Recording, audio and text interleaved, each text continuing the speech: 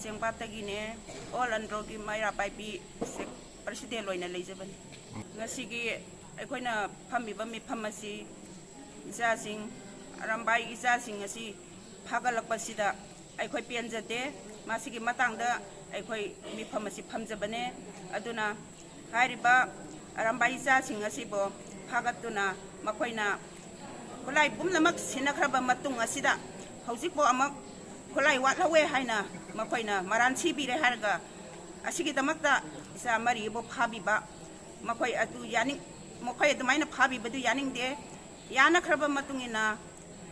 Bumnamak Sina Tokraba Zazine Aduna Makoi Makogi Sinpam